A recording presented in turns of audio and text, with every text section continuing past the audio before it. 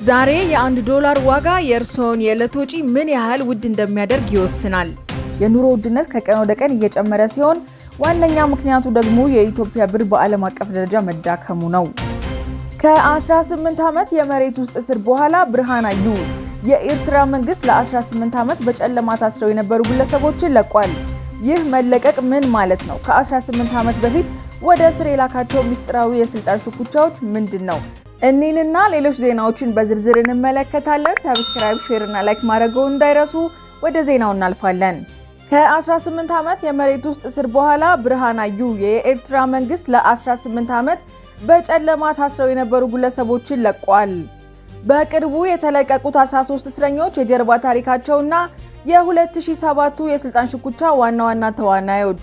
በማይስዋር ወታደራዊ ማረሚያ ቤት ታስረው የነበሩ 13 ሰዎች መለቀቃቸውን ዜናው ያረጋግጣል።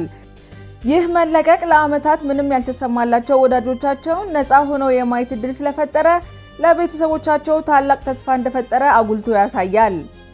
የተለቀቁት ሰዎች በምህረት ሳይሆን ከቀድሞ የፖለቲካ ሽኩቻ ጋር ተያይዞ መታሰራቸው ነው። ስልጣን ሽኩቻው የፈነዳው ሀብታሙ ነጋዴ ቅሬ 38 ዓመት ወጣት ጥቅምት 3 ቀን 2007 ዓ.ም በአስደንጋጭ ሁኔታ ከታሰረ በኋላ መሞቱ ነው። የችግሩን መጠን ለማሳየት የሀብታሙ ንብረት 3 ሚሊዮን ናቅፍ ነበረው። ይህ ገንዘብ በወጣትነት ዕድሜው በመገኘቱና ከፍተኛ ባለስልጣናት ጋር ያለው ግንኙነት የስልጣን መጋራት ጥያቄ መፍጠሩ ነው። ከሀብታሙ ሞት ጋር በተያያዘ 7 ኮሎኔሎች ከሀገር እንደሸሹ መዘገቡ አመላክቷል። ጉዳዩ ስር የሰደደ የመንግስት ባለስልጣናት ግንኙነት እንዳለው ያሳያል። የኤርትራ መንግስት ጉዳዩ እንዲመረመር ኮሎኔል ስምዖን ገብረመድህን መሾሙን ይገልጻል። ኮሎኔል ስምዖን ገብረመድህን ላይ በጥቅምት 12 ቀን 2007 ዓ.ም የግድያ ሙከራ ተደርጎባቸው ክፉኛ ተጎድተው በህይወት መትረፋቸውን ዘገባው ይጠቁማል። የጥቃቱ ዓላማ ኮሎኔል ስምዖን በማጥቃት ምርመራውን ለማደናቀፍ እንደነበር የሚጠቁሙ መላምቶች ያንጸባርቃሉ። ይህም የእስረኞች መለቀቅ የዚያን ጊዜ የስልጣን ትግል ውጤት መሆኑን ያረጋግጣል። በመጨረሻም የ13 ሰዎች መለቀቅ በኤርትራ መንግስት አቋም ላይ መለሳለስን የሚያሳይ ምልክት አይደለም።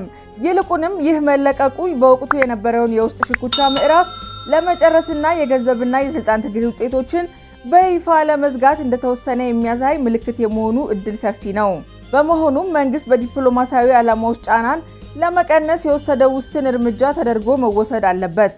ይህ ታሪክ በኤርትራ መንግስት የስልጣን ክንፎች መካከል ያለውን ውስብስብና አደገኛ ግንኙነት ያሳያል። የተለቀቁት እስረኞች ለሌሎች ቤተሰቦቻቸው ትልቅ ተስፋ ቢሆንም በሺዎች የሚቆጠሩ ሰዎች አሁንም ያለ ፍርድ ታስረዋል። ይህም የፖለቲካ አሰራር መሰረታዊ ችግር እንዳልተፈታ ያረጋግጣል። ዛሬ የ$1 ዋጋ የእርስዎን የዕለት ወጪ ምን ያህል ውድ እንደሚያደርግ ይወስናል። የኑሮ ውድነቱ ከቀን ወደ ቀን እየጨመረ ሲሆን ዋነኛ ምክንያቱ ደግሞ የኢትዮጵያ ብር በዓለም አቀፍ ደረጃ መዳከሙ ነው። ከባህላዊ ኤክስፖርት ምርቶች ለምሳሌ ቡና የሚገኘው ገቢ መቀነስ ብቻ ሳይሆን የሀገር ውስጥ ምርት የጥራትና የሎጂስቲክስ ችግር ምክንያት በዓለም ገበያ ተወዳዳሪ አለመሆናቸው ዋነኛ ችግር ነው።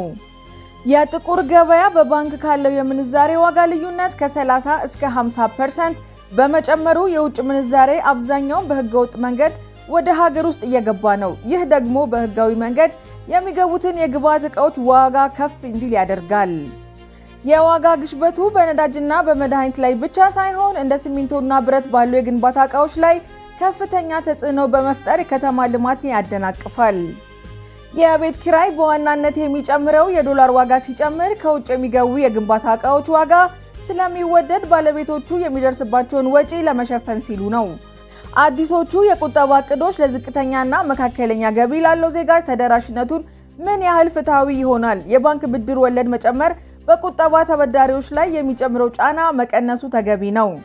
የግል ባለሀብቶች ወደ መኖሪያ ቤት ግንባታ ዘርፍ ለመግባት ቢፈልጉ እንኳን የመሬት አቅርቦት ላይ ግልጽነት አለመኖርና ከፍተኛ የሊዝ ዋጋ መስፋፋት እንደ ዋና ፈተና ሊነሳ ይችላል።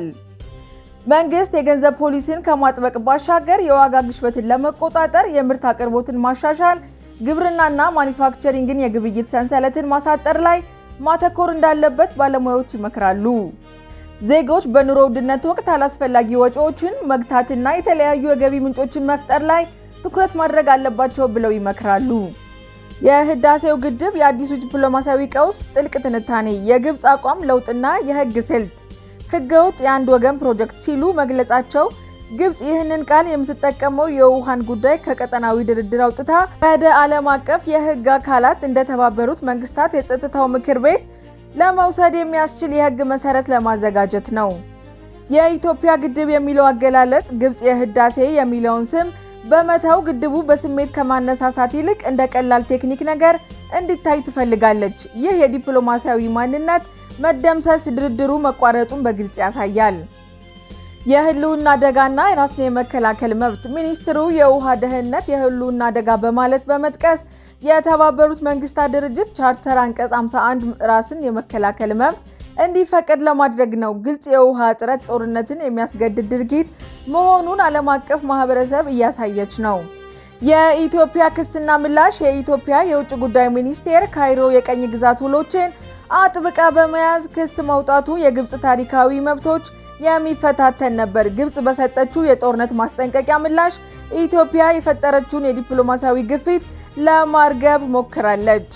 ስትከታተሉን ስለቆያችሁ ከልብ እያመሰገንን ያላችሁን ሀሳብ አስተያየት ኮሜንት ላይ በመጻፍ ሰብስክራይብ፣ ሼር እና ላይክ ማድረግዎን እንዳይረሱ። መልካም ጊዜ